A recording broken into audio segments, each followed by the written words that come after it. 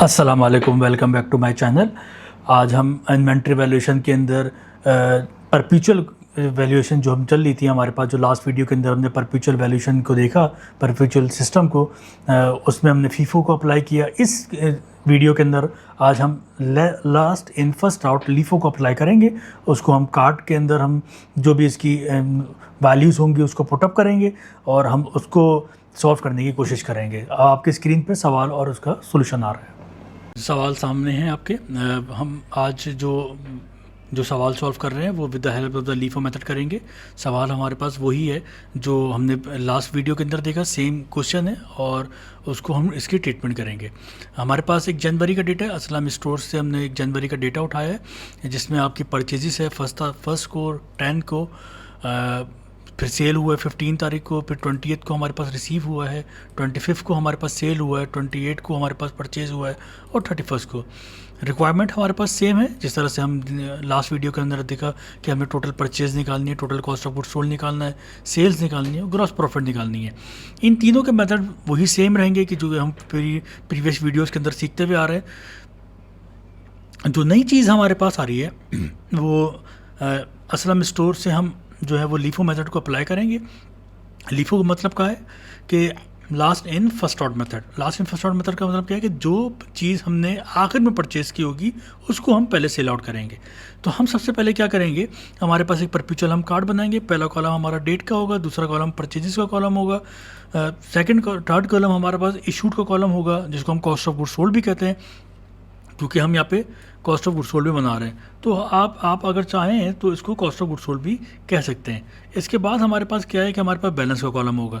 अच्छा जी, फर्स्ट तारीख को हम क्या करेंगे कि यूनिट के कॉलम में यूनिट लिखेंगे, पर यूनिट के कॉलम में पर यूनिट लिखेंगे। इन दोनों को अगर हम मल्टीप्लाई करा देंगे तो हमारे पास टोटल परचेज आ जाएगी 1 जनवरी की। यही जो हमारे पास परचेज थी वही 1 जनवरी को हमारी क्लोजिंग बैलेंस होगा। इसको एज इट इज़ उठाएंगे और क्लोजिंग के ऊपर लेके चले आएंगे क्योंकि और कोई ट्रांजेक्शन पहली तारीख को नहीं हुई। तो 500 unit multiply by 20 is equal to 10,000। 10th of January को हम क्या कर रहे हैं, 300 यूनिट्स हमने परचेज़ किया है। इसको जो पर यूनिट हमारे पास है वो 24 पर यूनिट है। 300 multiply by 24 is equal to 7,200। इन दोनों को जब हम मल्टीप्लाई कराएंगे तो हमारे पास आ जाएगा 7,200। तो अब हमारे पास 10,000 प्रीवियस का था, 7,200 हमने और परचेज कर लिया, तो हमारे पास आंसर आ गया 17,200। देखें ये भी सो सिंपल है, इसमें हमने कुछ भी नहीं किया। 500 को उसी की जगह पर रखेंगे क्योंकि ओपनिंग था, पहले परचेज़ किया है। 300 हमने बाद में परचेज़ किया, उसको उसके नीचे रखेंगे। जैसे जैसे हम परचेज़ करते जाएंगे हम उसको नीचे उसको ऐड करते चले जाएंगे। 300 एट द रेट ऑफ 24। अच्छा, अब 15th ऑफ जनवरी को क्या कहा जा रहा है कि issued 700 units at the rate of $90 per unit. 700 unit हमने सेल आउट करने हैं। मेथड हमारे पास क्या है, last in first out method.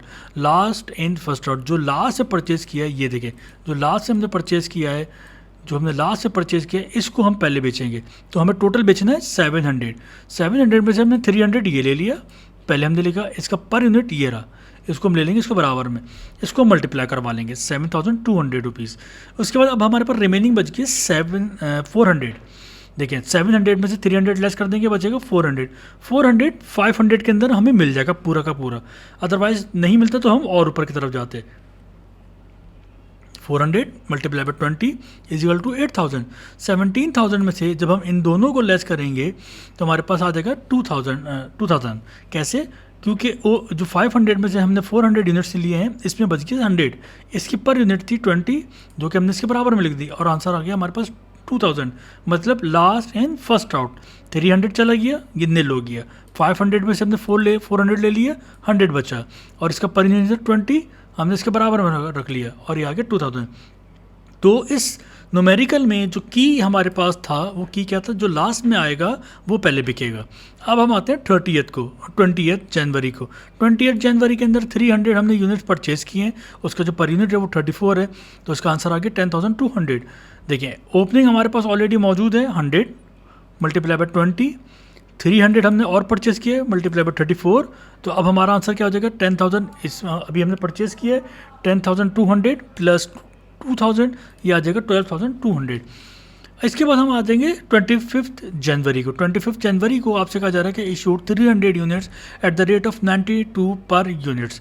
92 के ऊपर हमने इसको सेल आउट किया है, लेकिन अब हमें तो कॉस्ट निकालनी है। तो हम कैसे निकालेंगे? Last in first out method को अप्लाई करते हुए लास्ट में हमारे पास 300 बचे हुए देखें, तो 300 पूरा का पूरा उठा लेंगे क्योंकि हमें तो 300 की रिक्वायरमेंट है। 300 इसका पर यूनिट ईयर है क्योंकि लास्ट इन है। देखिए ये पूरा का पूरा एज इट इज उठाएंगे और हम इसके इशूड के अंदर लिख लेंगे 300 multiply by 34 is equal to 10,200। देखिए अब इसके बाद हमारे पास क्या आ जाएगा? जो हमारे पास जो क्लोजिंग बैलेंस बच जाएगा वो 100 यूनिट टॉप के बचे हुए जो फर्स्ट हमने परचेस किए हुए थे वो अभी तक हमने यूज़ नहीं किए। तो 100 multiply by 20 is equal to 2000। अब 28 ऑफ जनवरी को हमसे कहा जा रहा है कि 500 यूनिट हमने और परचेस किए हैं और रिसीव किए हैं। उसको हम किस तरह से करेंगे? 500 multiply by 32 is equal to 16,000। तो अब हम क्या देख रहे हैं कि 2000 हमारे पास पहले के थे, 16,000 हमने और ऐड किए हैं, तो हमारे पास टोटल आ जाएगा 18,000। ठीक है जी, 2000 पहले के और 16,000 हमारे पास ये है, तो हमारे पास टोटल हो जाएगा 18,000। तो हम क्या करेंगे? ओपनिंग हमारे पास एज इट इज लिखेंगे 100 मल्टीप्लाई बाय 20, 500 मल्टीप्लाई बाय 3,200। तो हमारे पास आंसर आ गया हमारे पास 18,000।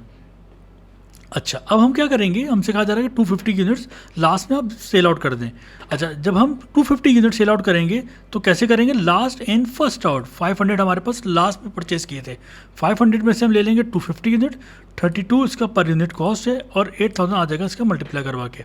दोनों को जब मल्टीप्लाई करवाएंगे इसका आ जाएगा आंसर 8,000 रुपीज़।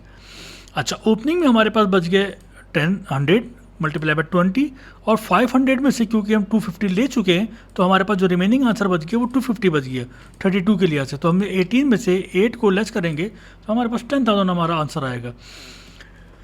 ये हमारे पास था लीफो मेथड। इस लीफो मेथड के अंदर हमने टोटल परचेजेस निकाल लिए 43,400।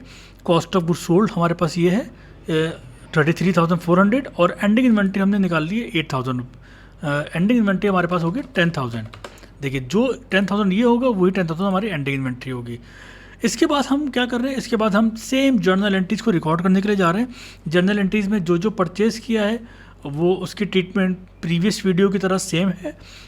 हम जल्दी जल्दी इसको देख लेते हैं। फर्स्ट को आपने परचेज़ किया 10,000 units, purchases debit, account payable credit 10,000 rupees. 10th को आपने दोबारा परचेज़ किया कैश के ऊपर, क्योंकि कैश हमारा एसिड है, डिक्रीज़ करेंगे तो हमारा लायबिलिटी क्रेडिट पे जाएगा। परचेजेस डेबिट 7,200 और कैश क्रेडिट 7,200। अच्छा, इसके बाद आ जाएंगे हमने ऑन अकाउंट पे सेल आउट किया है। देखिए सेल का जो हमने अमाउंट निकाला है वो नीचे कैलकुलेशन के अंदर आप देख सकते हैं कि सबके अमाउंट निकले हुए इंडिविजुअली, क्योंकि सेलिंग पर यूनिट से आप इसको मल्टीप्लाई कराएंगे। तो अकाउंट सेबल डेबिट 63,000, सेल्स क्रेडिट 63,000। फिर आप कह रहे हैं कि 20th को आपने दोबारा परचेज़ किया है तो 10,200 को हम क्या करेंगे?